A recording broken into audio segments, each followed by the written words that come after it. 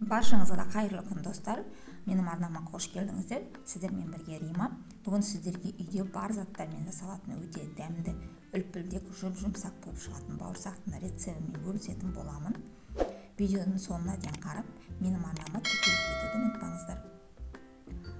Алдымен біз ұнды електен өткізіп аламыз. Осы ұнымыздың үстіне жылы суымызды құйып, жылы сүтімізді құйып,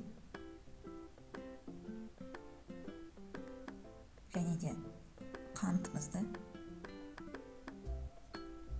бір жұмыртқамызды, және де майонезімізді салып, майонезіміз бізге міндетті түрде қажет. Бұл бізге бауырсаққа жұмсақтық береді. Және де ашытқымызды салып, тұзымызды салып, барлығын жақсылап араластырып, қамырымызды илеп аламыз. Бізде қатты қамыр шықпау қажет. Жұмсақ, қолға жабыспайтын қамыр шығарамыз. Осы илеп аламыз қамырымызды. Жақсылап илеп, иін қандырып алған қамырымызға енді үстіне аздаған 1-2 қасық сұйық майымызды құйып, жақсылап бір илеп, аузын жауып, 1 сағат жарым, 2 сағатқа жылы жерге қойып қоямын. Мына біздің қамырымыз дайын болды. Сағат жарымдай көтерілді. Менде өте әдемі болып көтерілген қамыр. Енді осы қамырымызды дастарханымызға қойып, теңдей 2 бөлікке бөліп алатын боламыз.